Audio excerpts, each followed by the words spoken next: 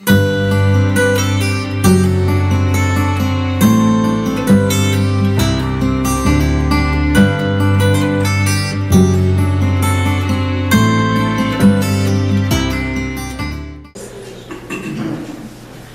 bem, gente, nós vamos, na primeira fase do nosso estudo, vou seguir na análise que nós estamos fazendo do Livro dos Espíritos.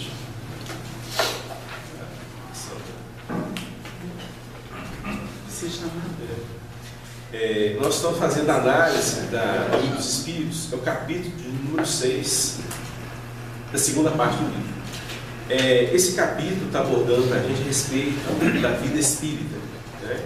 E nós já trabalhamos algumas questões que são muito significativas, porque está abrindo para nós a capacidade de compreensão e de entendimento do movimento das criaturas naquilo que diz respeito ao retorno à parte espiritual.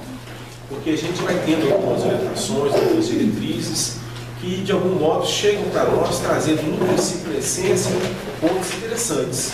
Mas alguns detalhes, alguns apontamentos de ordem mais profunda, mais abrangente. Até então, antes da doutrina espírita, nós não tínhamos como ter um entendimento mais claro, mais objetivo. Então ela vai trazendo algumas angulações muito significativas para que a gente possa entender esse mecanismo, esse movimento da vida. Na realidade, é uma vida só, com estágios diferenciados. Ora, no plano físico, como nos encontramos, daqui a um tempo de retorno à parte espiritual, e nessa movimentação o ser vai evoluindo, vai alcançando um domínio sobre si próprio, sobretudo naquilo que diz respeito às experiências iniciais, nos campos mais densos, mais pesados, em que os valores, os princípios da animalidade, do instinto, se expressam com muita intensidade e muitas vezes as expressões das próprias paixões. E que a gente começa a entender a necessidade de um redirecionamento. Porque o próprio princípio da paixão, nós já tivemos a oportunidade de falar sobre isso, ele é salutar, né? Porque ele realmente funciona como que uma base, criando ali recursos, até mesmo para a criatura estabelecer direcionamentos na vida, na existência.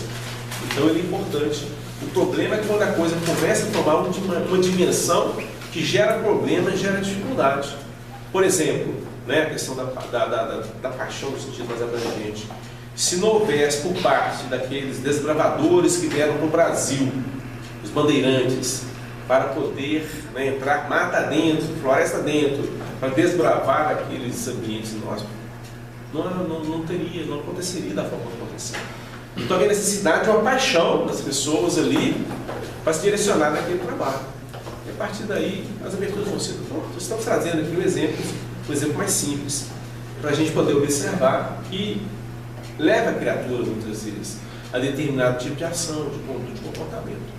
E vamos entendendo que depois de um determinado período, a necessidade aqui de um reequilíbrio, de um equilíbrio dessas forças, para que realmente a produção possa ser positiva e realizada com harmonia, com equilíbrio.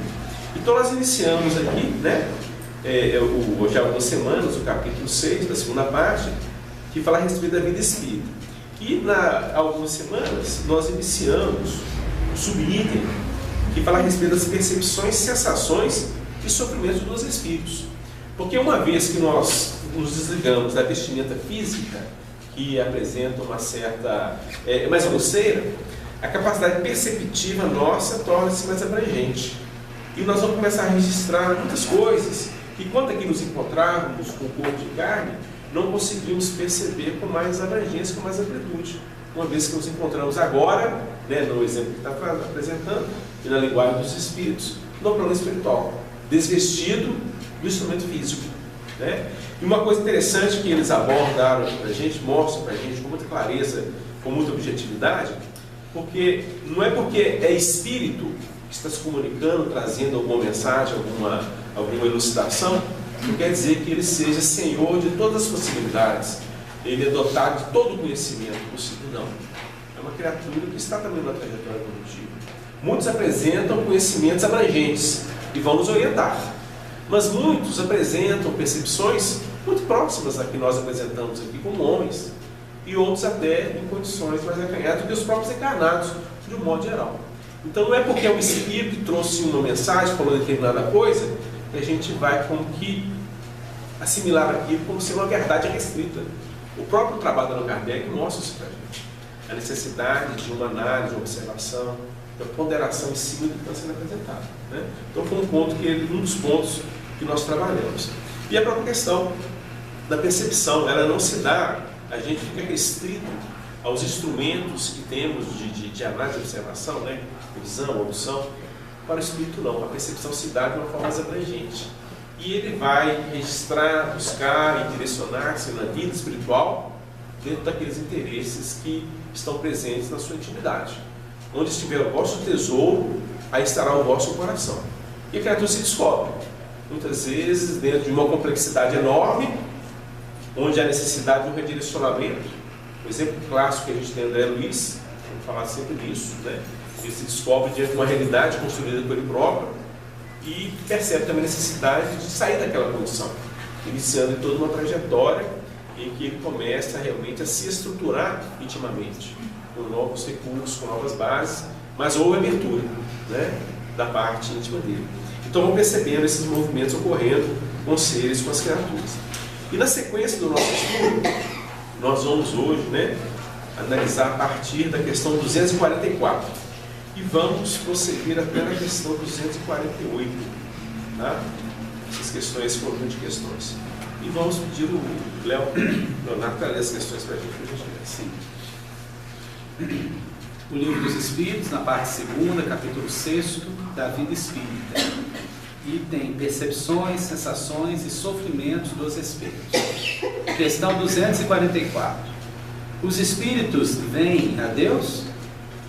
Só os espíritos superiores o veem e compreendem. Os inferiores o sentem e adivinham.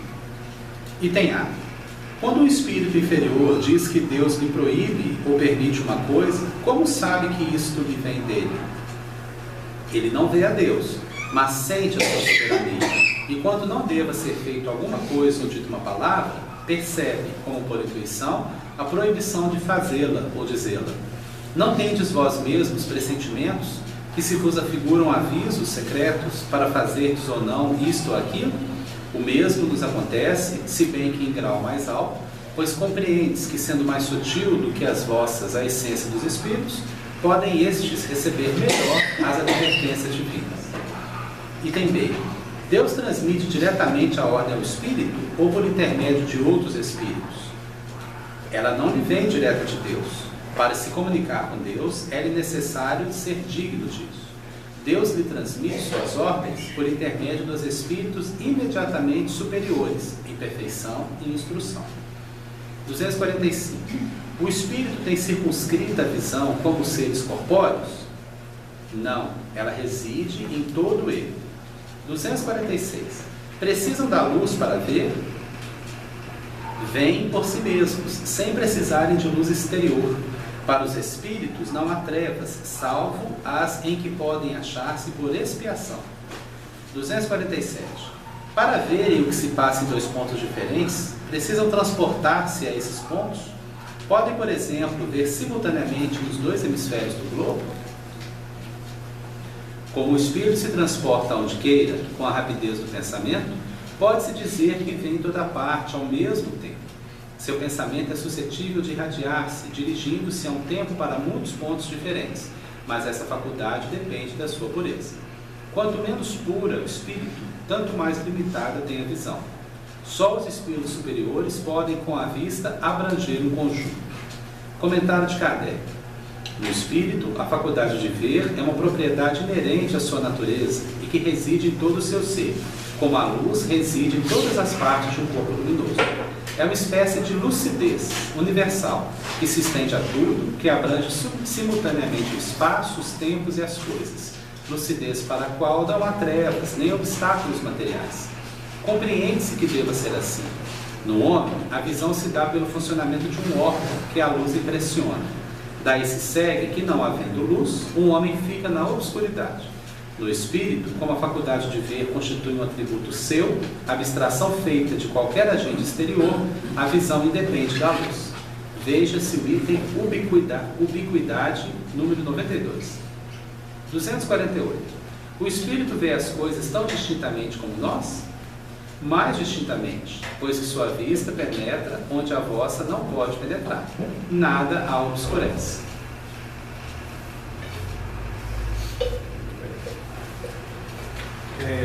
interessante a gente porque vai abrindo para nós alguns pontos, porque diz respeito à questão do espírito, que muitas vezes para a gente representa até mesmo um desafio, em se tratando do fato de que nós vivemos num mundo em que ficamos como que limitados, né? A própria capacidade perceptiva nossa aqui, ela exige alguns movimentos, em que, por exemplo, você quer ver uma coisa, mas para poder ajudar na visão do que você está analisando, você toca, você pega, usa o tato, né? Você tem que tentar estabelecer uma percepção maior, mais abrangente. Algumas pessoas, algumas criaturas, e em alguns momentos acontece até com a gente, a percepção ela vai se dar em termos mais vibracionais. Você consegue perceber uma energia diferente da pessoa, na criatura, ou em determinado ambiente, seja ela uma energia mais complicada, seja uma vibração positiva, você percebe que tem alguma coisa diferente no ar, no ambiente. Então são portas que vão se abrindo, janelas que vão se abrindo na capacidade perceptiva nossa quando encarnados, aqui no mundo físico. Quando deixamos a experimentalidade física e nos movimentamos no mundo espiritual, essas percepções, como foi falado, elas tornam-se mais abrangentes, né? Então não só a questão da visão, como está sendo colocado aqui, mas também outras linhas de percepção que estão relacionadas com o espírito começam a se expressar. E a gente, às vezes, acaba fazendo o seguinte: em função do condicionamento da experiência física, a gente condiciona uma percepção, a visão, a audição, ou até mesmo o tato, né? Às vezes a gente volta muito com essas características mais intensas em nós. E com as aberturas e com a própria movimentação no plano do espírito, vai percebendo que a coisa torna-se mais abrangente.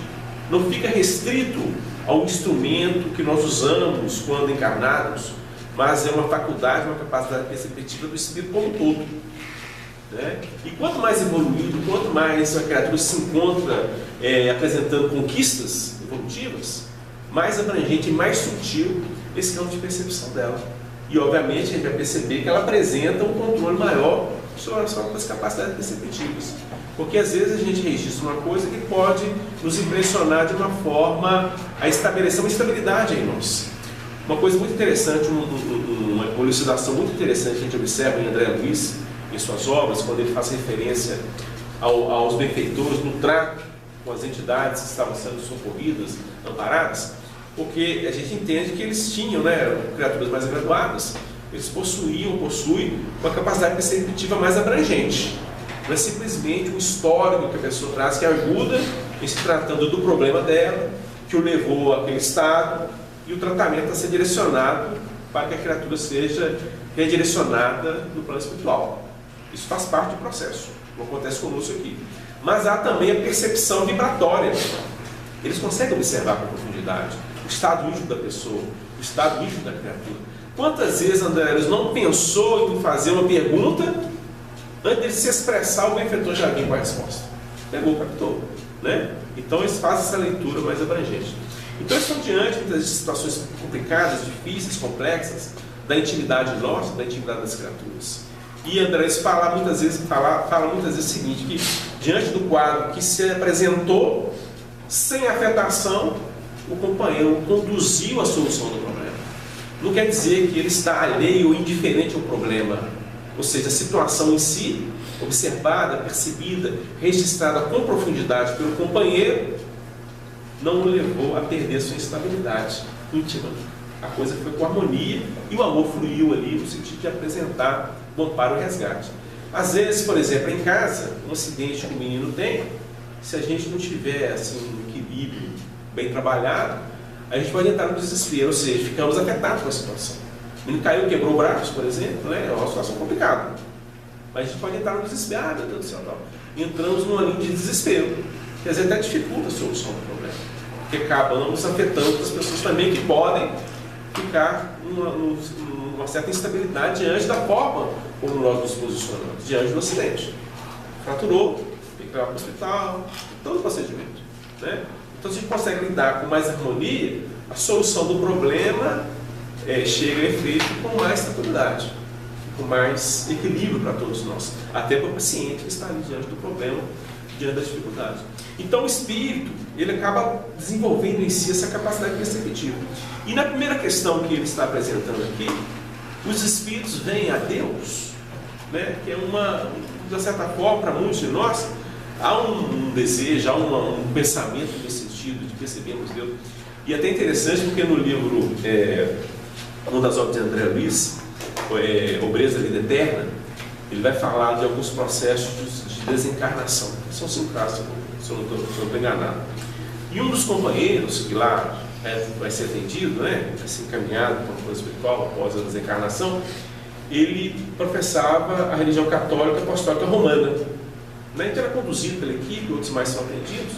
E no momento que ele foi acolhido, estava sendo parado na coluna espiritual, um dos desejos que ele tinha, é interessante porque na equipe de socorro tinha um sacerdote, até para ajudar o companheiro, né?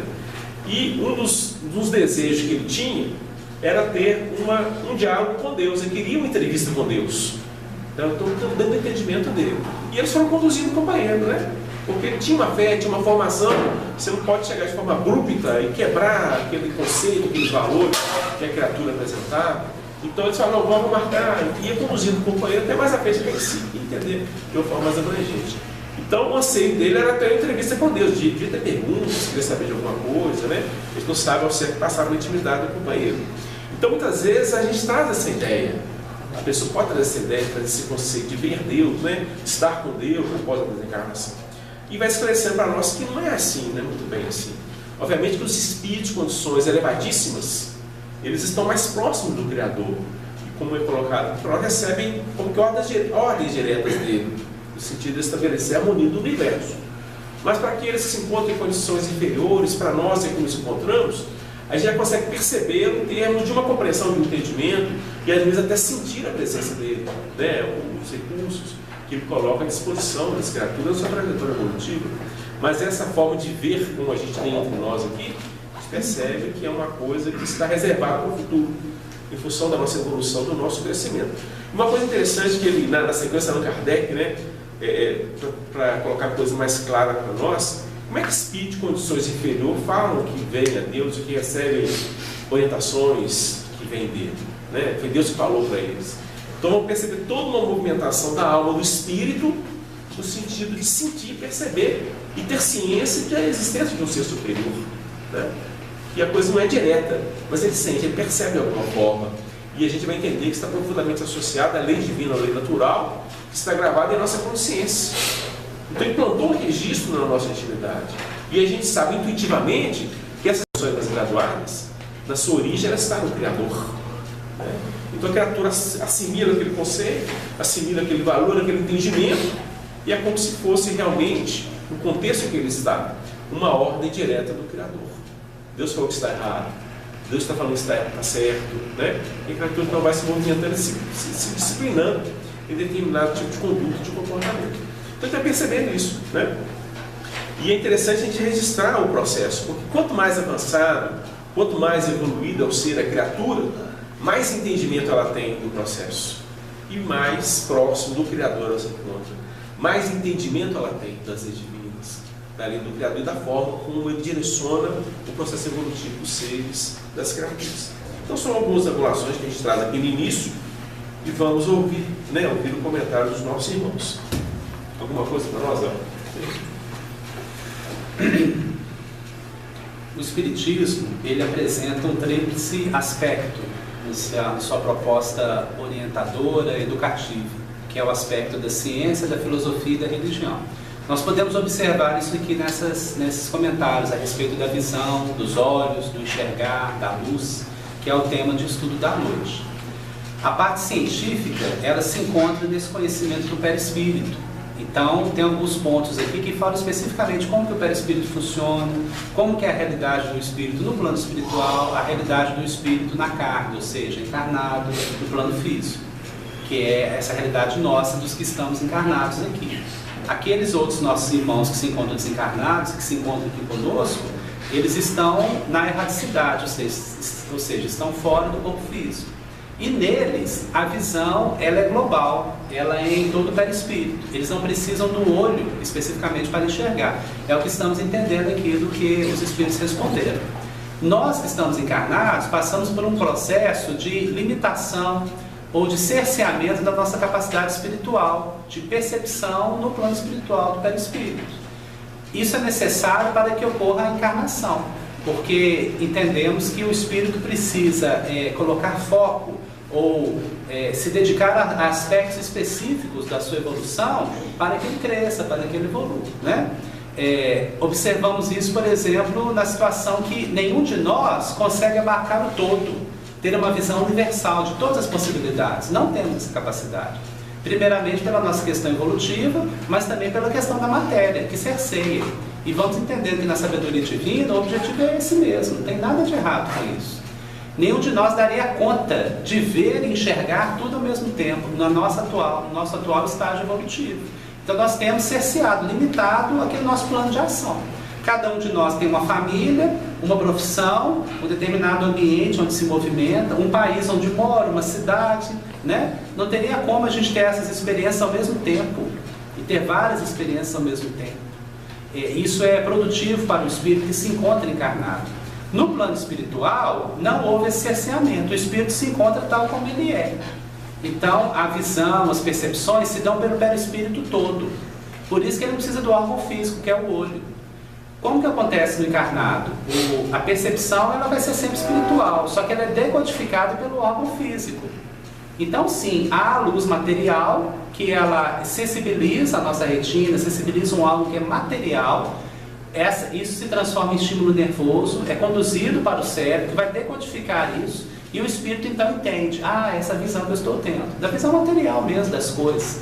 E da mesma forma, contato com a audição, com o paladar, os nossos sentidos. É necessário um corpo físico para fazer essa decodificação, né? O espírito, no plano espiritual, ele em erraticidade, desencarnado, ele já vai perceber e captar isso. Só que é explicado aqui que ele não precisa da luz material para enxergar. E aí entra naquela parte do estudo que nós vamos assimilar conceitos, já entrando na questão filosófica. Porque a gente não vai ter recurso aqui tanto científico para entender como é que isso pode ser. É difícil para a gente entender como é que pode se enxergar no escuro. Porque o nosso processo é material, estamos encarnados. Então nós conseguimos entender e até explicar isso. Um estímulo material que sensibiliza a retina, que é material, se transmite para o nervo, para o cérebro entender. Na verdade, não é o cérebro que entende, é a mente do espírito, né? Mas dá para entender esse processo. Agora, como explicar que o espírito enxergue no escuro? Aí vamos entendendo que existe um tipo de luz, ou que a luz no plano espiritual, ela se manifesta de um jeito diferente da luz material que nós conhecemos. A luz material que nós conhecemos, ela é a expressão de uma luz maior, ou universal, ou eterna, ou chamaríamos de luz espiritual. O relato que se tem nas colônias espirituais elevadas, superiores, é que elas não dependem da luz solar. Por determinação, por vontade daqueles que as organizam e as mantêm, elas vão ter luz de acordo com esse direcionamento. Não tem essa questão do sol se pôr, né? A gente fica imaginando que elas devem ter seus ciclos, né? De luz ou de menos luz, mas não simplesmente material. É nesse sentido que a gente está querendo trazer, né?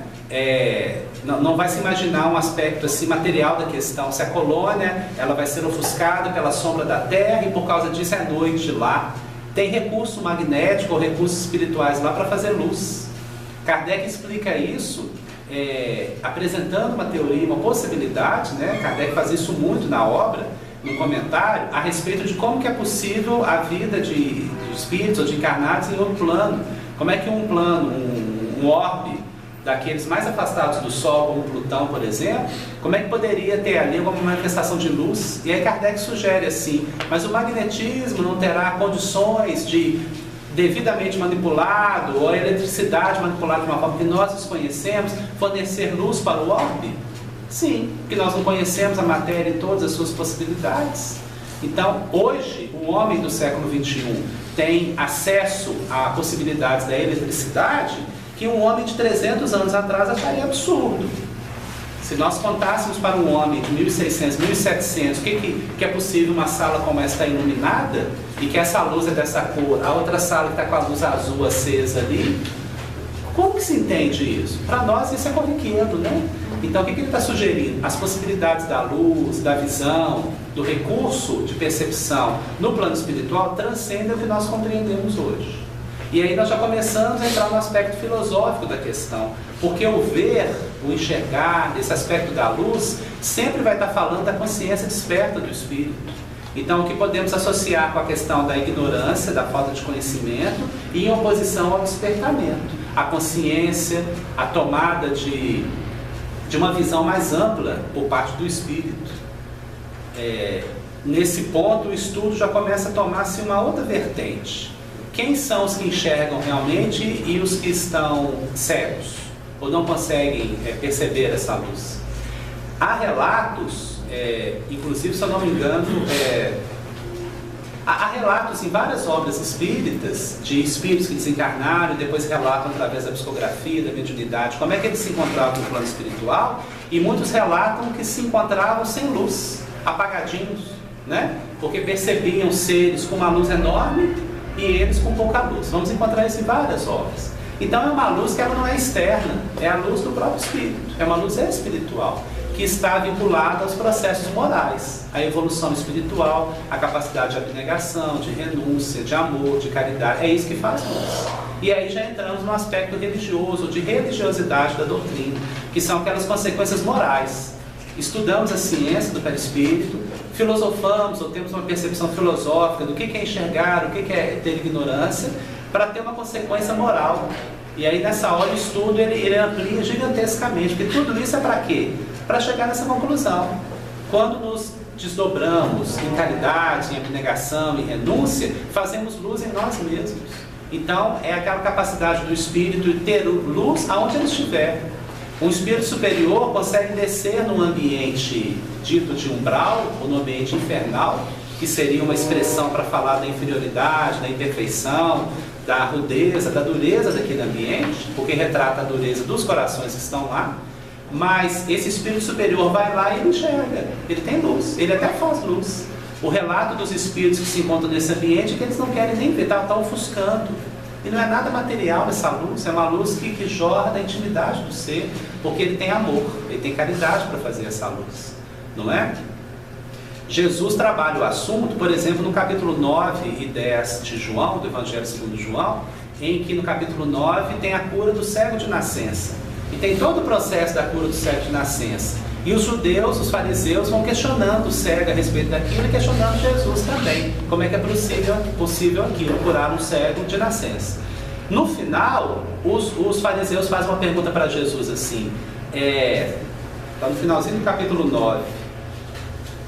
Os fariseus disseram, também nós somos cegos? Eles questionam. Jesus falou tanto a respeito dessa questão da visão, desse aspecto filosófico e de consequências religiosas ou morais, e Jesus responde para eles assim: se fosseis cegos, não teríeis pecado, mas como agora dizeis, vemos, por isso o vosso pecado permanece. Então aqui a gente tem uma conclusão maravilhosa, uma síntese que Jesus faz nesse aspecto.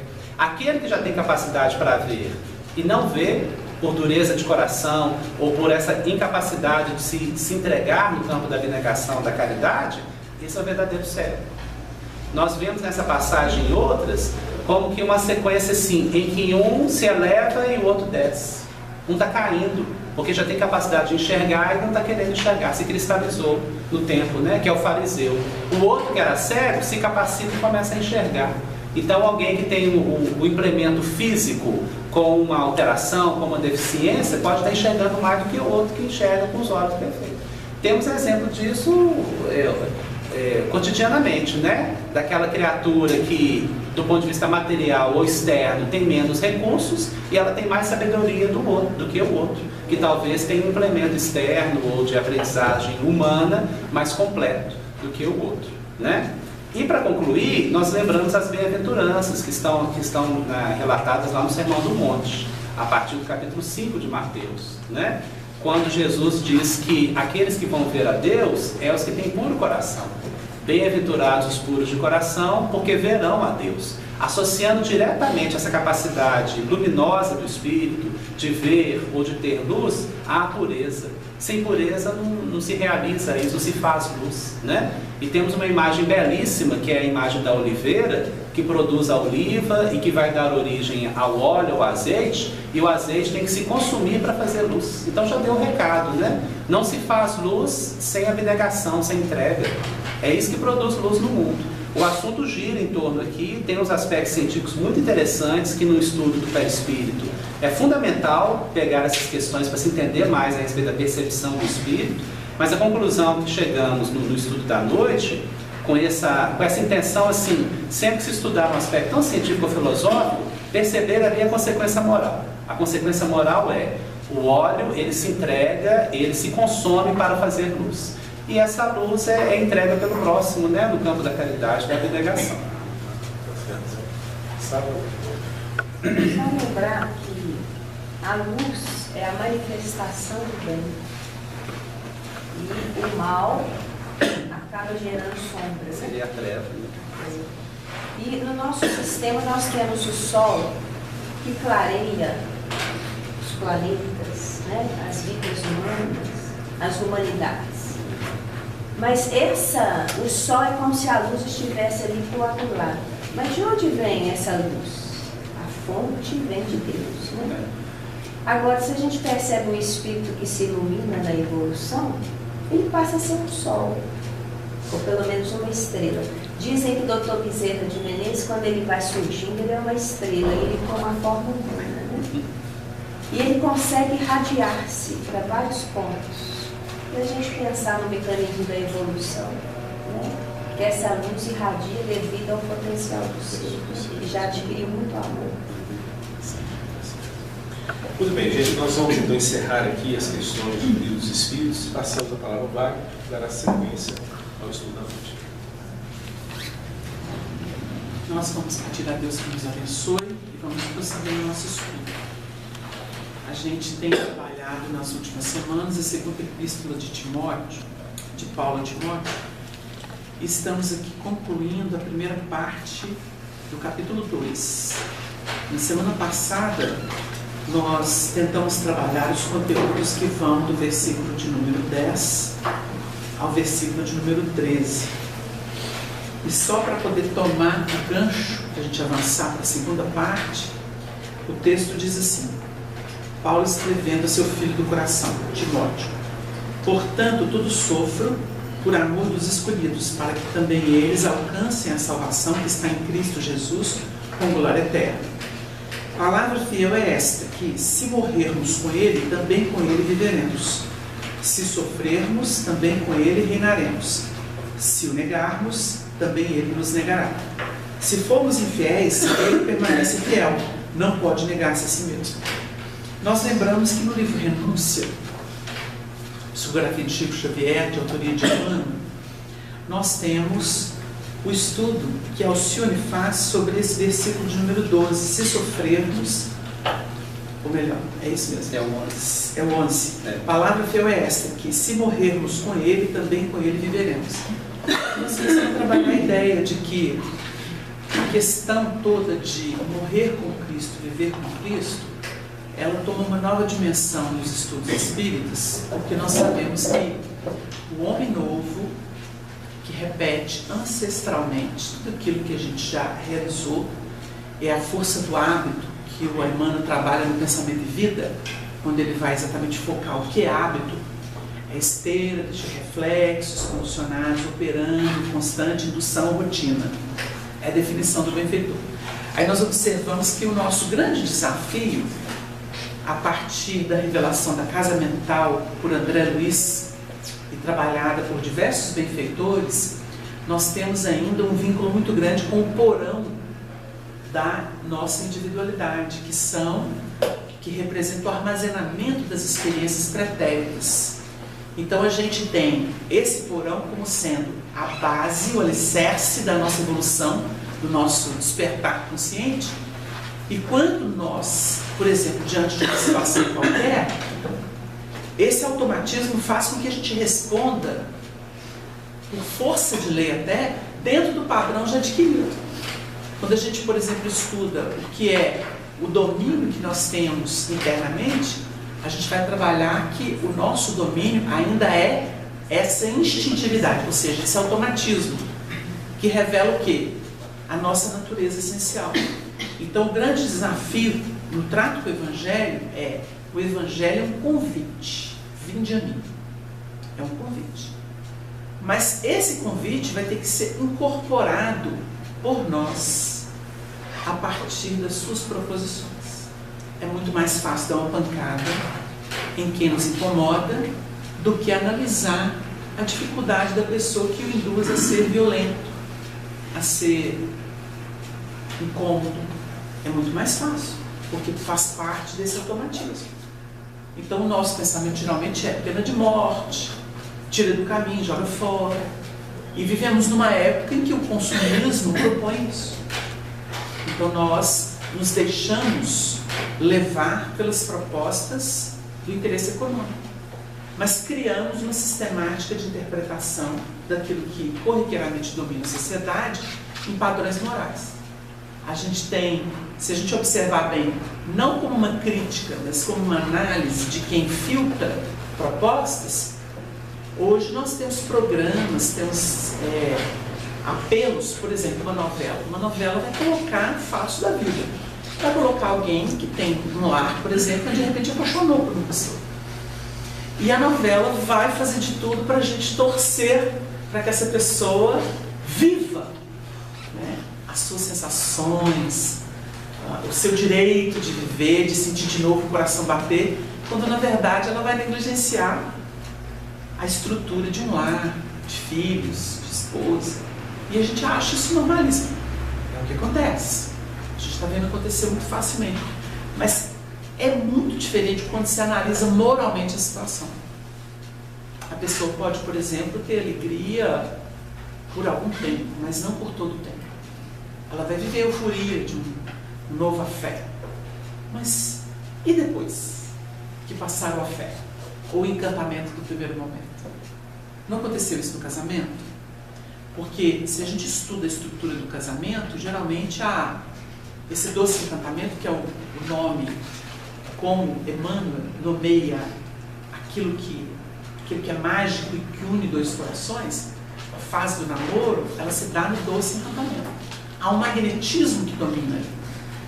Então esse magnetismo, ele vai se converter em trabalho e serviço quando o lar está formalizado. É diferente. A gente não vive esse encantamento o tempo inteiro, mas é preciso cuidar do jardim que se forma.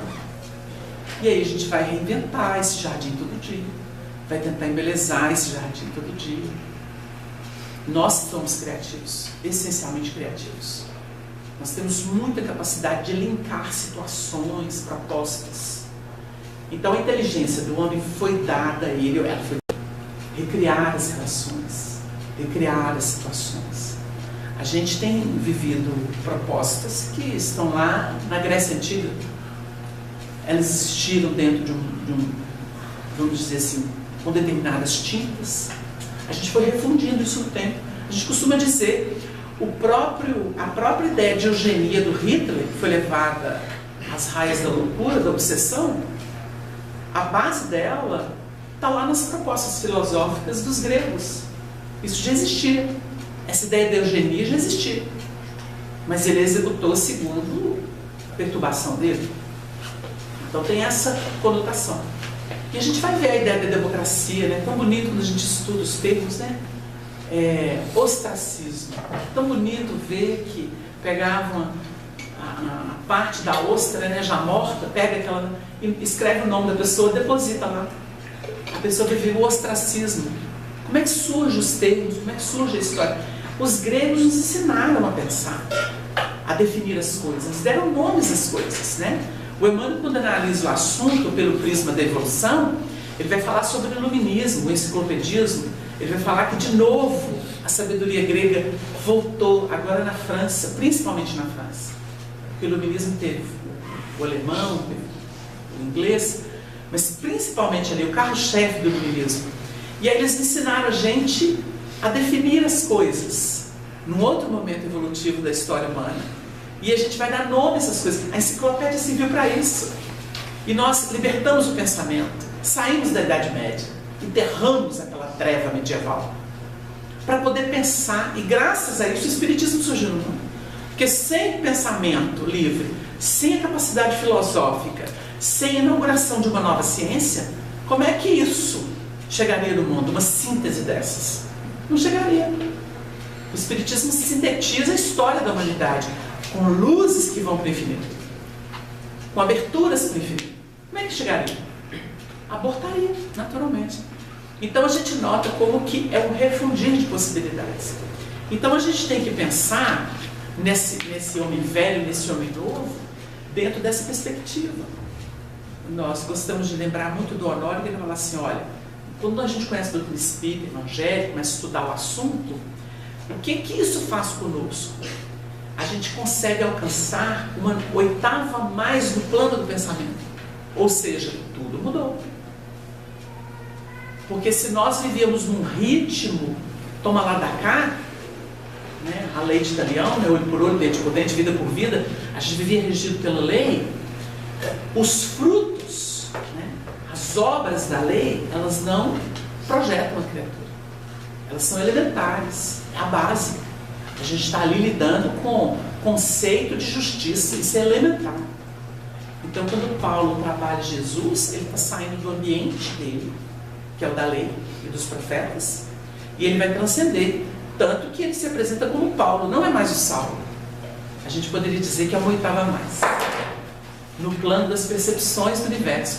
E ele vai operar dentro disso. Então, quando ele fala em morrer, quando ele diz aqui no texto, se morrermos com ele, também com ele viveremos. Porque Jesus opera a morte do homem velho. Porque a gente vai pensar em Jesus e fala assim, então não posso agir como eu agi. E eu vou me esforçar por ser muito mais do que eu era. Aí eu deixo o homem velho morrer. Então, se eu contava arranhões, eu passo a não contar. São marcas. Paulo diz que são as marcas do Cristo. Quem não as carrega, não tem parte com ele. Por isso que quem morre com ele vive. E a Alcione vai trabalhar isso, né? A desativação do homem velho. Para ter êxito, o Paulo tem uma carta em que ele vai falar que Jesus é superior aos anjos, aos profetas. Ele vai mexer assim, com o dedo na ferida do orgulho do povo judaico. Ele pôs o dedo na ferida dos da sua raça. É curioso, mas tinha que ser um deles para poder falar, né? Não podia ser de fora, né, Léo?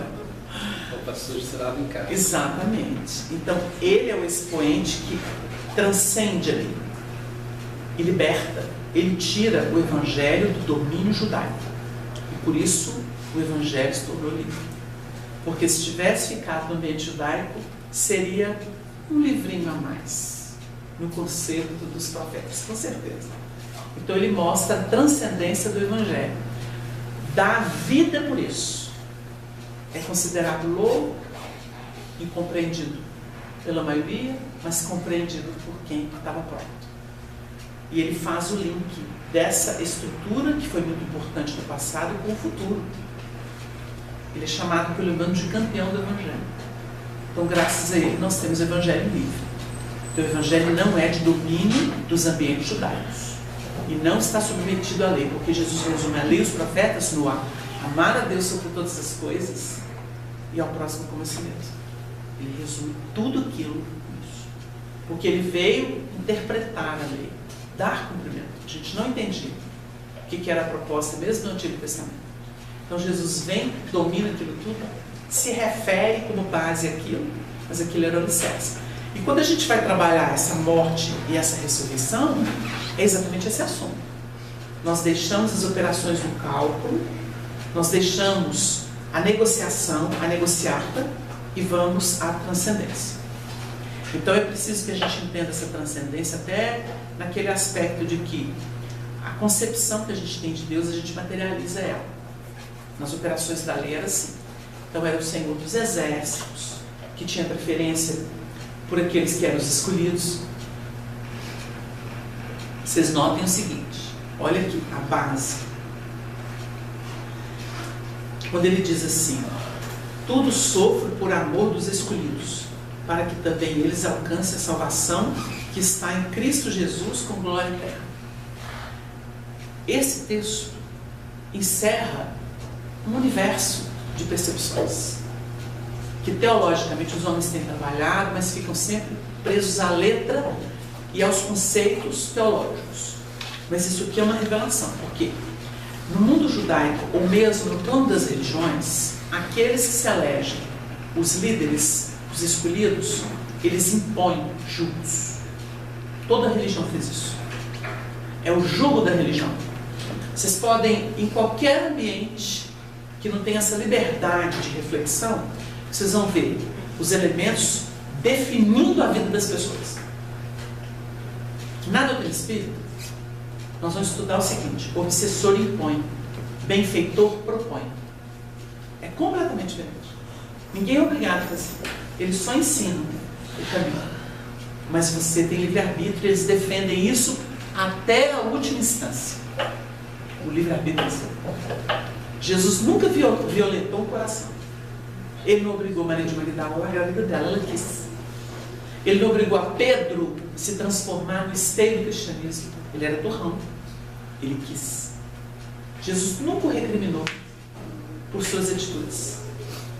Nunca o recriminou.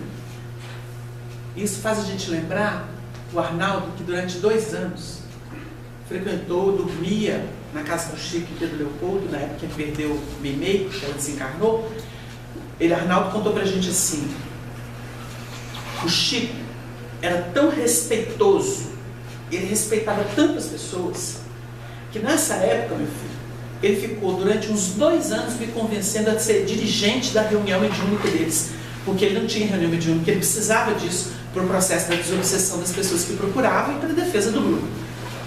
E ele argumentava, só, meu filho, que eu fumava, tinha perdido nem fiquei sem eira nem beira, e danei a fumar. Fumava desembragadamente. E o Chico sabia. Tinha hora que eu saía da reunião e ia lá para a rua fumar. O Chico nunca me recriminou por eu fumar. A gente fica vendo as pessoas obsidentes. Eu conheço pessoas que falam assim, por exemplo, uma determinada amiga vive no exterior, vive sonhando com relacionamento, mas ela fica assim: ah, mas o fulano fuma, pra mim não serve. Vai ficar solteira, porque vive no outro país. Lá no país onde ela vive, o povo fuma devagaramente.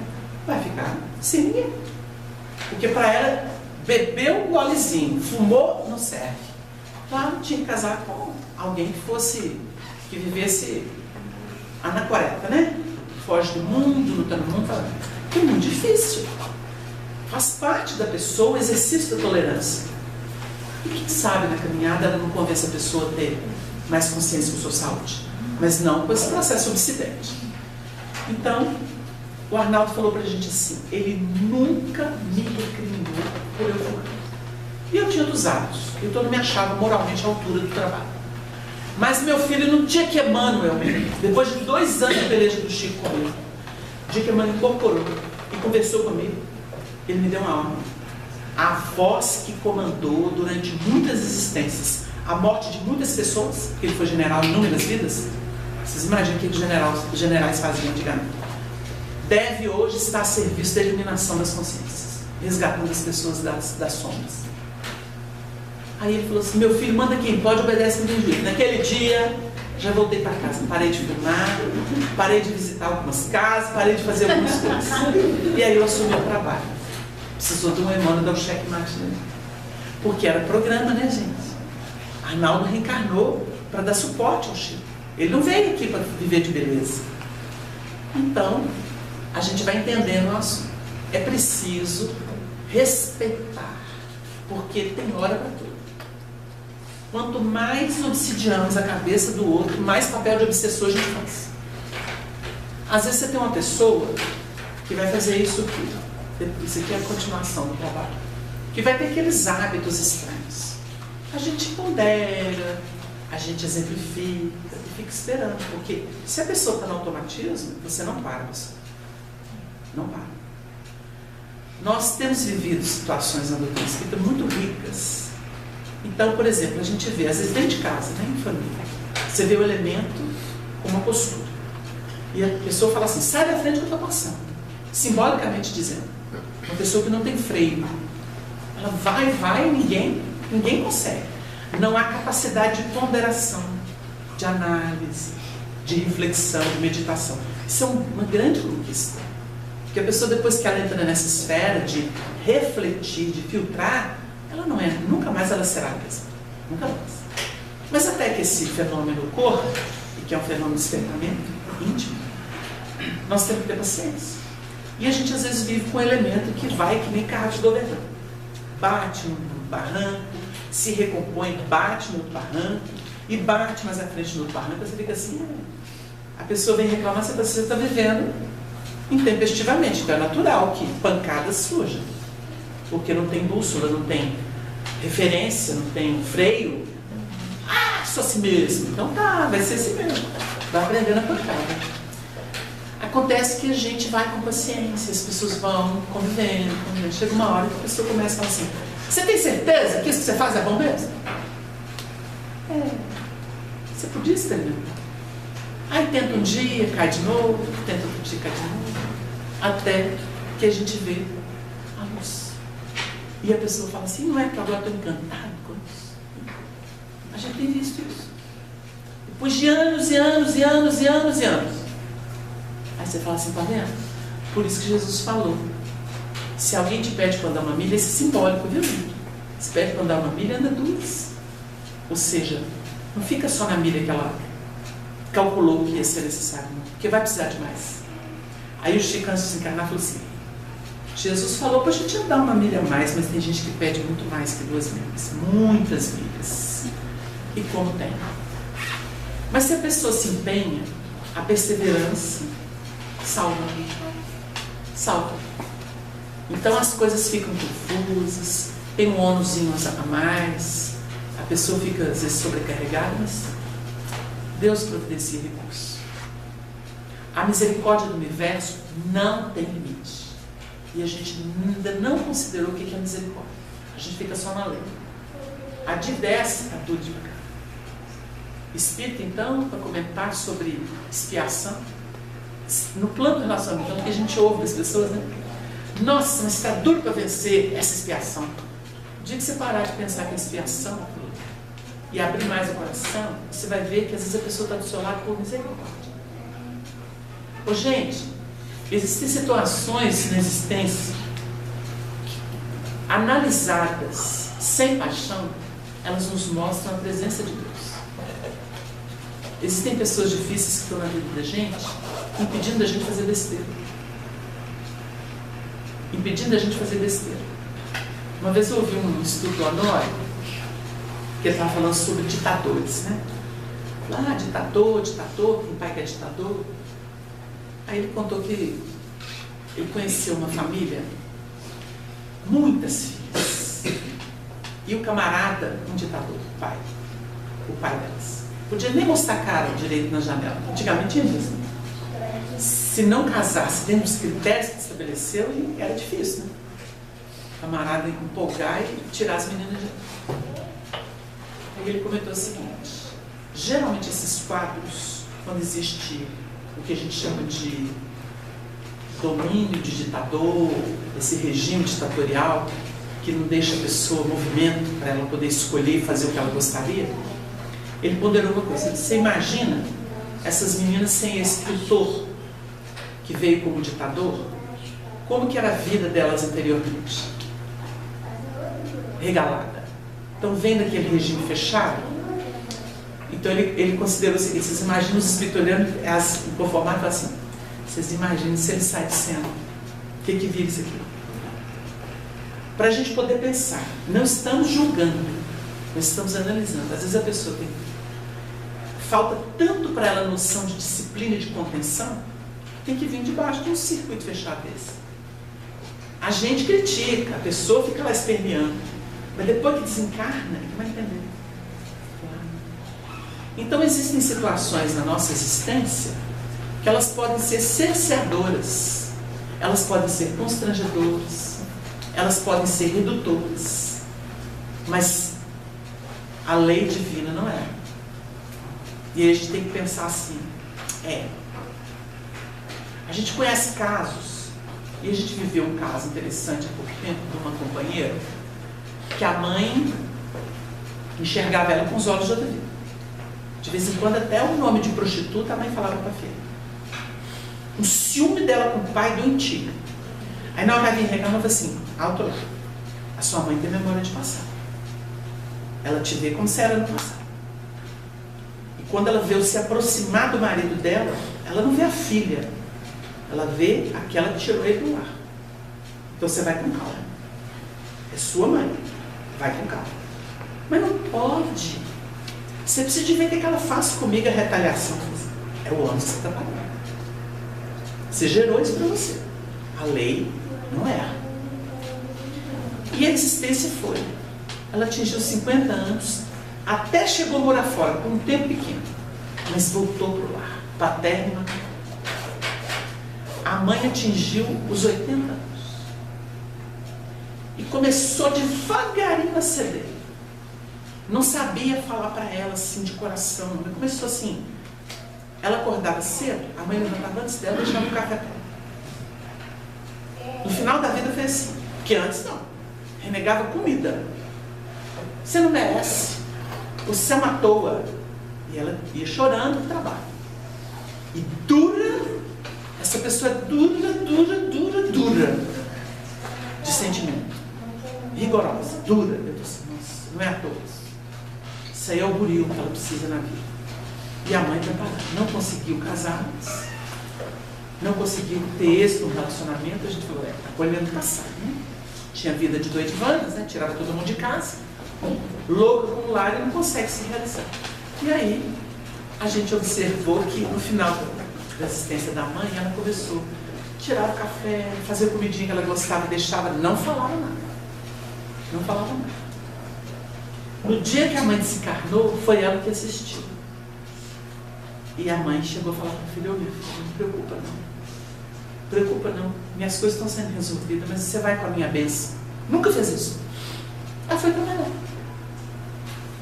No caminho do trabalho, a mãe desencarnou. A mãe estava sabendo que ia desencarnar.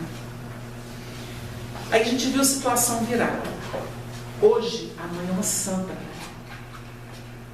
Ela odiou a mãe o tempo inteiro. Agora, tudo que fala, minha mãe. Porque minha mãe, aí eu brinquei com ela e falei assim, sua mãe levou seu carro. Eu falei simbolicamente, ela não entendeu, mas ao desencarnar, sua mãe levou seu carro. Essa pessoa está se abrindo para a vida como nunca. E na boca dela, a mãe é a santa da vida dela. Por isso que eu falei que levou o cargo, porque terminou com a desencarnação. O acerto do passado. Ela enxergou a filha. Ela conseguiu ver que a mulher que tirou no passado o amor da vida dela, hoje era filha dela. Ela conseguiu sublimar. E a filha conseguiu sublimar a relação com a mãe. É outra. Então a gente pensa que o Paulo falando, tudo sofro por amor dos escolhidos. É isso, gente. Tudo sofro por amor dos escolhidos. O Paulo aqui estava dando testemunho do que ele passou trabalhando pelos da sua raça. Ele foi trabalhar pelo gentio, mas ele nunca desistiu dos da sua raça. E por que ele padeceu? Prisões, apedrejamentos, açoites. O que vocês acham? O povo dele. Onde que a gente sofre? Em casa. Em casa, porque eu digo no sentido de evolução.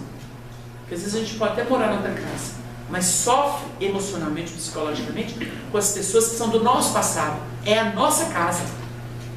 É muito profundo isso. É muito profundo. Então a gente é trabalhado no clã. Ninguém se emancipa se não for pelo clã.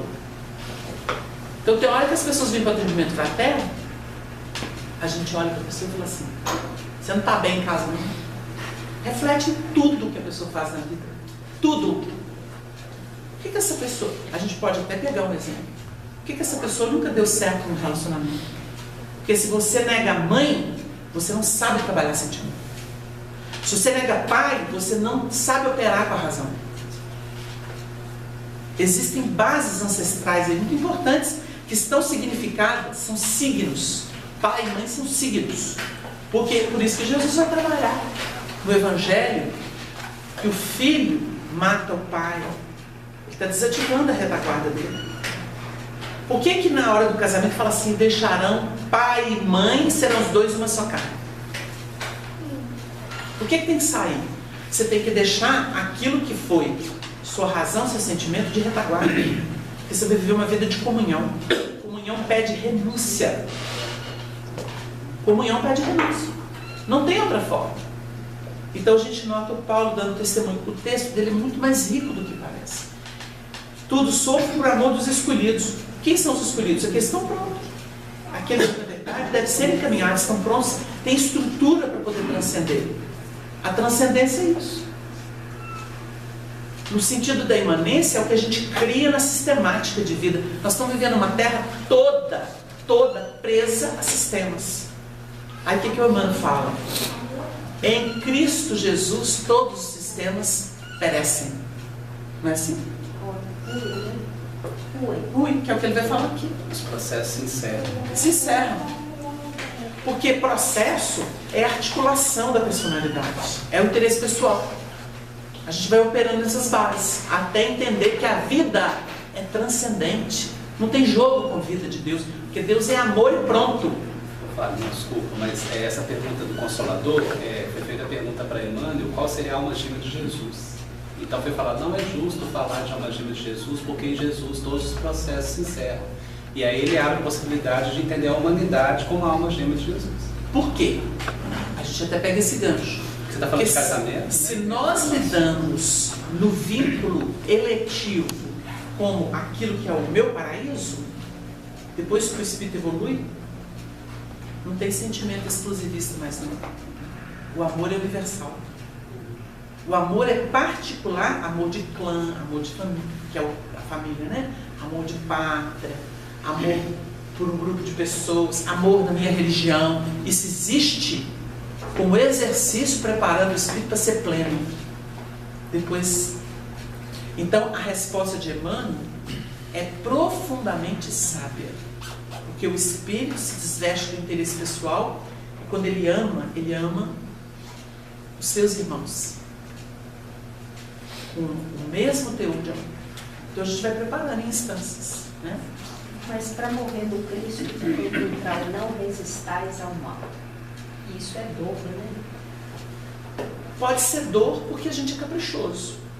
Mas, por exemplo, se a gente analisa uma mãe, vai ficar bem próximo da gente, vai falar, mas o Chico é iluminado. Vai falar do Chico, uma mãe. A mãe, quando ela olha o lar, um filho, ela fala assim, o que importa? Se eu tenho um ônus a mais, se eu tenho um ônus a menos. O que importa é esse tesouro aqui, que Deus me entregou e que eu tenho que encaminhar. Isso é um sentimento de mãe. Ela para de contar doença. Olha, nós temos uma história, vou falar do Brasil, que é a nossa parte. Uma história muito triste no Brasil de o homem geralmente desertou. Se ele não deserta saindo lá, ele deserta da relação, deserta de ser o provedor, naquele sentido maior. O nosso histórico aqui, porque é um país machista, é o homem fazendo lá um QG em ali empregado. Não era assim? A gente assistiu isso desde a infância. Hoje existe um diálogo, a mulher está se afirmando, mas a história foi muito triste. Dramas e dramas. O homem tinha o lar como uma parcelazinha assim do que interessava para ele. Então a gente viu muita deserção masculina do lar. O que levou o Chico a dizer que na história, e ele não fala só do Brasil nessa hora, ele fala na história da Terra, a mulher evoluiu anos-luz à frente do homem, por causa da subjugação que ela sofreu. E teve que sofrer calado. Basta remontar a época de Paulo, em que a mulher valia menos que uma limária, menos que um cavalo. Ela não tinha muito valor. Ela não era considerada. Então, a gente nota que há um histórico de sofrimento, né? O que levou o Chico a receber o livro Os Dois Maiores Amores, né? Porque no prefácio, o Emmanuel diz dos dois maiores amores da Terra. O amor de Jesus pela humanidade, que é esse que Emmanuel define o Consolador. A alma gêmea de Jesus é a humanidade inteira. Não foi partidarismo. universal. O que é o amor universal, né? O amor pleno. Por isso que Deus não faz acepção de pessoas. É escrito no Novo Testamento, no livro de Atos dos Apóstolos. Deus não faz acepção de pessoas. E o outro amor é o amor das mães. Que a gente hoje comentou com uma pessoa que o Chico definiu. A maternidade é um segredo entre Deus e a mulher. E que segredo, né, gente? Que segredo. A gente está para entender esse mecanismo, esse processo da maternidade. Então a gente nota que é um amor. O Chico chegou a considerar sobre essa natureza do amor, que é trabalhado nesse livro entre os dois maiores amores. Ele fala o seguinte, que os filhos, os espíritos sofridos nas zonas inferiores, eles nunca são esquecidos pelas suas mães. E geralmente quando eles são resgatados pelas mães. Não é curioso? A mãe não desiste nunca do filho. Teve uma época aí que surgiu um assunto, na época, relaciona a política, né? Que a mãe do presidente Lula teria se manifestado em Brasília e dizendo que ela desanimou dele. No dia que essa mensagem correu, eu falei assim, mentira, não é a mãe dele. Pode ser um espírito que passou pela mãe dele. Uma mãe nunca desiste do filho. Nunca. Nunca. Escrevam isso. Uma mãe de verdade nunca desiste do filho. O filho pode ser o que for. A mãe não desiste dele. Ela sempre vai trabalhar pela redenção dele. Isso é uma lei universal. Por isso, o amor das mães. Agora, nós temos que separar mãe de fêmea. A Meimei faz isso. A Meimei diz assim no texto: há mulheres que são mais fêmeas do que mães. Vocês entenderam, né? Então, nós estamos falando de mãe, que é uma qualificação moral. É diferente. Então, o assunto vem à baila para a gente poder se ilustrar, porque se a gente não passa a ter esse discernimento, a gente não valoriza. Esse discernimento ajuda a gente a valorizar e dar nome às coisas, né?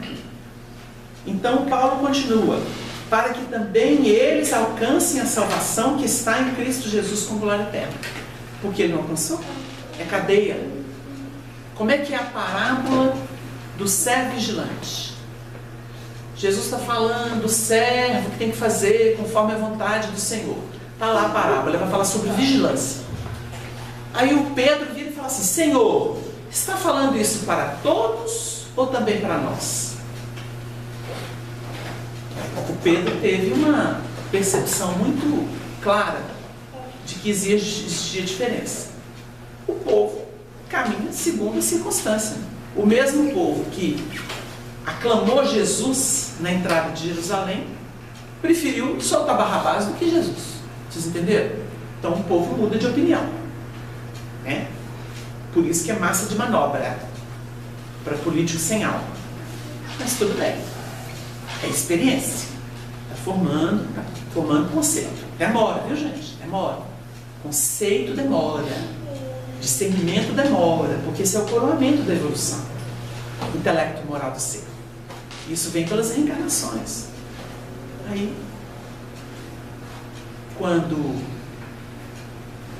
a gente observa essa proposição de Cristo Jesus, considerando a natureza das propostas, a gente vê que Cristo é a proposta divina que o Espírito de Jesus incorpora.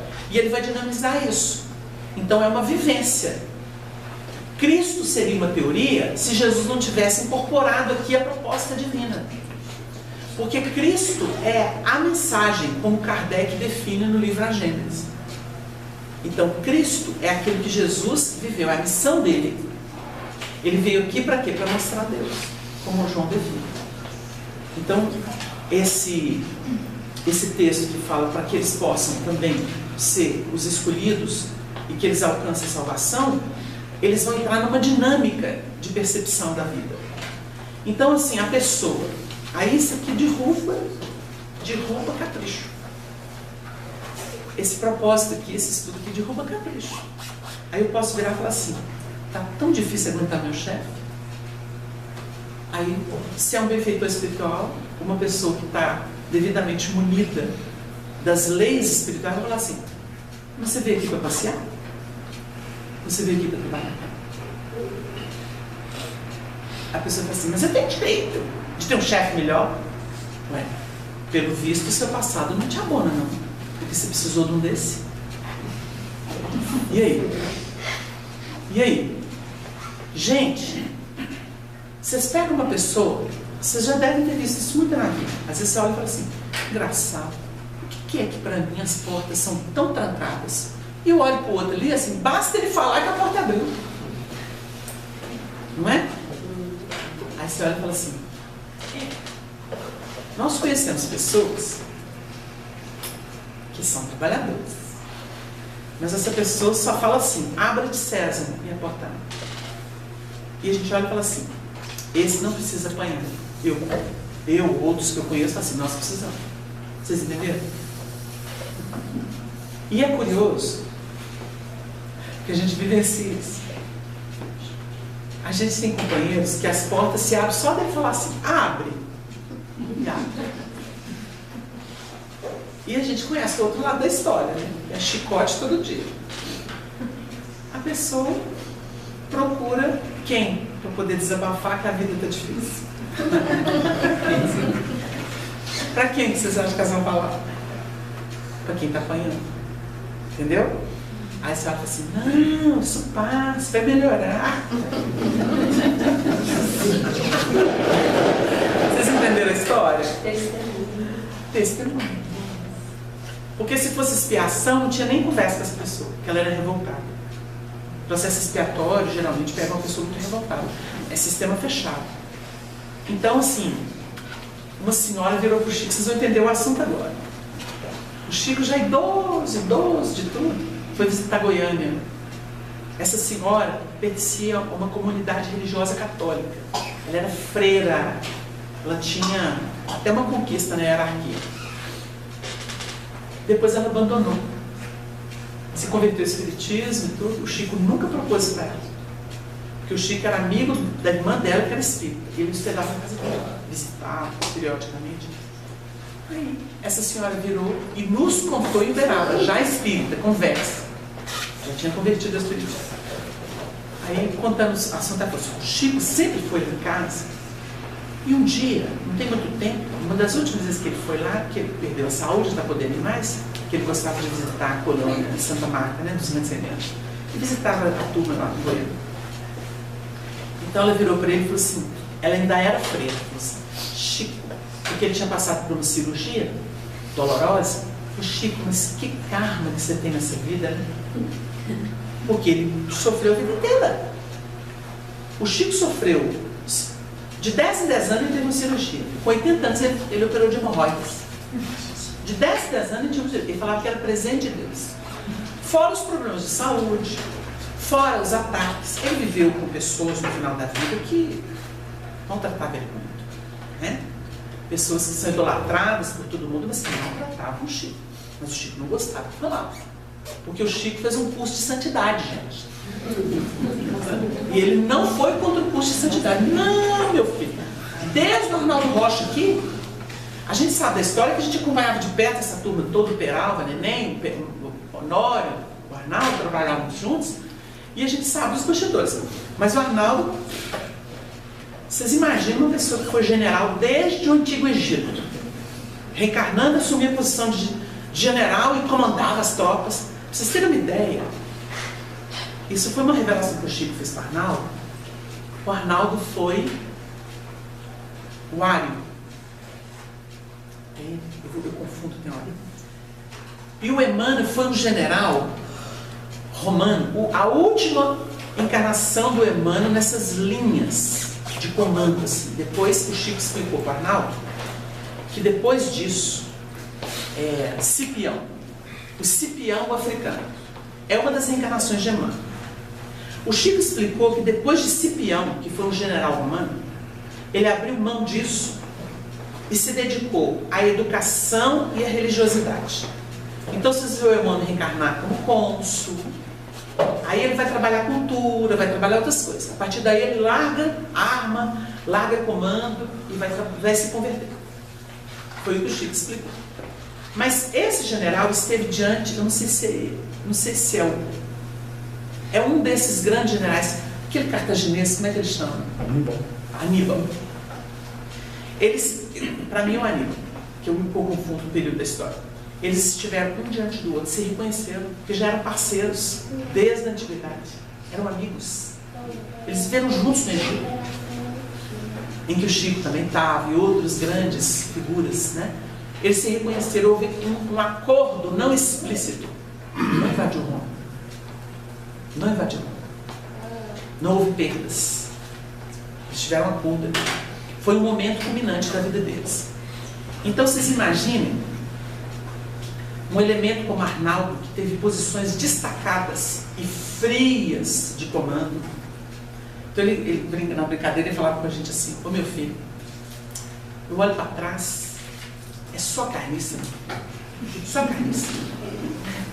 Ele tinha consciência, mas o coração dele, quando resolveu tão profundamente que se olhava. O César Perry teve entrevistando ele antes dele desencarnar. O César Perry foi o presidente da FEB. E o César Perry, aqui em Belo Horizonte, ele teve um sonho. Ele sonhou que ele estava na casa do Arnaldo, sentado no sofá, onde ele esteve entrevistando o Arnaldo, e dizendo que chegou um leão. Na hora que veio aquele leão enorme, ele gelou. Só que o leão veio manso e estava velho. Quando ele olhou, o leão era manso e velho. E acordou. Eu falei: você não entendeu, não? Os espíritos mostraram quem é o Arnaldo. Hoje ele é um leão manso e velho. Ele vai que nem isso mesmo. Ele sonhou em símbolo quem era o Arnaldo.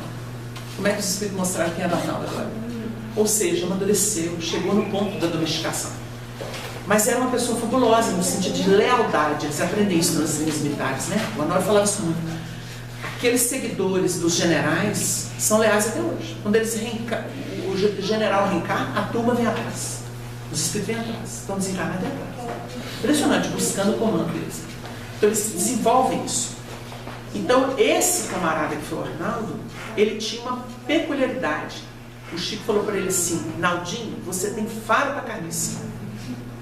Mas o Chico não falou isso no sentido de diminuir. Era a habilidade desenvolvida por ele nessas andanças dele, porque o general tem que ter tirocínio. Ele tem que olhar para o elemento e saber quem é, se tem perigo ou não. Você tem faro. Porque o Chico tinha um coração aberto, irrestritamente, seja para quem for. Então o Chico acolhia todo mundo. Quando a mãe chegava no ouvido dele, falava assim: Gustosura, cuidado, você é um canalha. Não, meu filho, não fala isso. Nosso irmão é fulano, generoso, papapá. Daí a pouco dava problema com o elemento. Mas o Chico tinha que dar oportunidade. O papel do Chico evangelizado era esse. E do Arnaldo, tudo bem. O Arnaldo tinha esse tirocínio, né? Então a gente aprendeu muito com isso. Uma coisa é seguir nas resistências. Porque o Paulo já começa a se dar em holocausto para salvar. Para salvar. E a gente tem que ter paciência. Eu vi o Arnaldo, por ter intimidade, né? Eu vi o Arnaldo passar por provas, por lidar com pessoas extremamente canalhas, e ele fazendo o que o Chico ensinou para ele. Ele testemunhou, como viu o Honório, conviver com canalhas que traíam assim, ó, um punhal nas costas e sorrindo. E eles aceitavam. O Honório teve uma frase que não deixou a gente esquecer. O que é o testemunho do Paulo? Ele falou assim, um dia pra gente: tá vendo esses problemas aí? Antigamente, era como assinatura. O elemento era bandido. Mas a gente tinha um triunfo no passado, que era aquele dos cavalos, dos vencedores passando por cima de cadáveres. Hoje não. Hoje a gente está com Jesus. Hoje a gente suporta tudo. Então é o que se deixa pra gente. É isso que o Paulo está falando aqui. Para culminar: tudo sofro por amor dos escolhidos, para que também eles alcancem a salvação que está em Cristo Jesus, em glória a Deus. Então é preciso morrer com Cristo para viver com Ele. Com esse conteúdo, né? Se formos fiéis, Ele permanece fiel, não pode negar-se a si mesmo. A única diferença aqui nesse versículo é que, se a gente está com Ele, a gente vai com Ele. Se a gente nega Ele, Ele continua impoluto. E nós caímos na infidelidade. É isso que termina aqui. Então Jesus não muda. A lei divina não muda. A gente pode seguir o pior caminho, mas Ele continua esperando por nós. Porque Ele não desiste. Se uma mãe não desiste, Jesus, que está acima das mães, muito menos. E isso é um conforto para a gente, né? Então nosso tempo se foi, que Deus nos abençoe. Semana que vem a gente inicia a nova etapa aqui. Você não concluiu a história da freira, que estava conversando com o Chico? Que ela falou que ele tinha karma, e que ele virou para ela e falou assim: não, minha filha, eu não tenho karma. Que era exatamente essa tônica, né? Ele fazia por amor.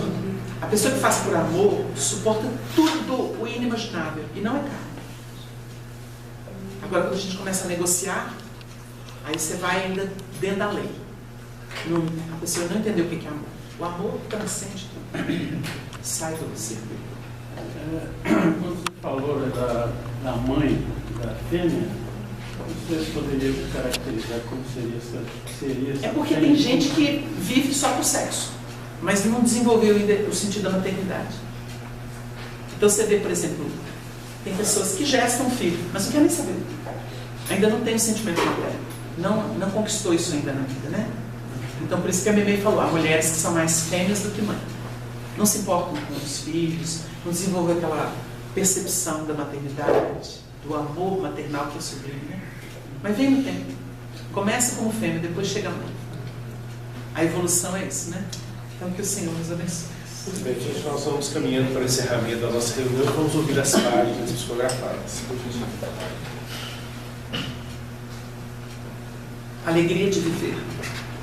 Quando Jesus advertiu os seus seguidores, recomendando com sua autoridade moral: "Tende bom ânimo, eu venci o mundo", traçou para toda a humanidade terrena o mais sublime roteiro de superação e utilidade que já conhecemos na história. É que a boa vontade, como alicerce das edificações íntimas, naturalmente se positiva no comportamento da criatura por bom ânimo, o nascedouro bendito da alegria de viver. No mundo tão estável como a Terra, em que os homens a tudo alteram segundo os humores que lhes tomem a mente e o coração, o trabalhador consciente deve valer-se do bom ânimo para positivar suas ações diárias, na lida com as circunstâncias e com as pessoas com quem deve, por força da lei de sociedade, interagir. Desse modo, se há disposição íntima no bem, consoante Jesus nos recomendou, o parente difícil deixa de ser um fardo repugnante para se converter no instrutor de nosso progresso moral. Sob a inspiração do ânimo melhor, a dificuldade financeira nos ensina a simplicidade dos hábitos, aproximando-nos dos que sofrem exclusão social no mundo inteiro. Graças à compreensão sugerida pelo bom ânimo, as perdas afetivas pela porta da morte ou pelas deserções voluntárias tornam-se experiências de desapego e de sublimação, porque na luz da esperança a revolta não terá vez. Tende bom ânimo, assinala Jesus aos nossos corações, ciente de que o mundo em evolução permanente nos oferecerá desafios e ameaças ao comodismo pessoal. Mas se há alegria de servir e aprender, nada do que nos ocorra terá a expressão do mal ou da morte, pois em tudo, mesmo nas situações mais dramáticas, se estampa o poder renovador da vida, como expressão da força de Deus, chamando-nos à superação de nós mesmos, no rumo do amor puro, conforme Jesus Cristo viveu entre nós. Bem-vindo. Paizinho, meu benfeitor, não sei se é 23 ou 27, 23 anos de vida, de saudade e de amor, sugerem gratidão incontida. Aí, ou mesmo que, nossa união em Deus é o bem maior que vivi, amor e vida sem a Deus, da sua Isadora.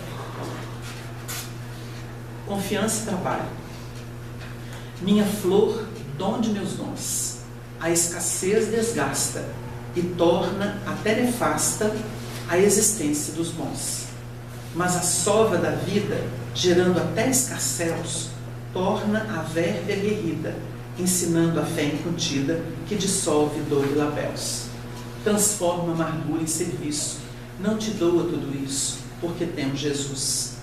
Vara, treve, temor, tenha da inércia horror e avança mesmo com a cruz. José Coelho, Maciel. Muito bem, gente, nós vamos encerrar a nossa reunião agradecido a Deus, nosso Pai, Criador, as bênçãos escolhidas pelos nossos corações.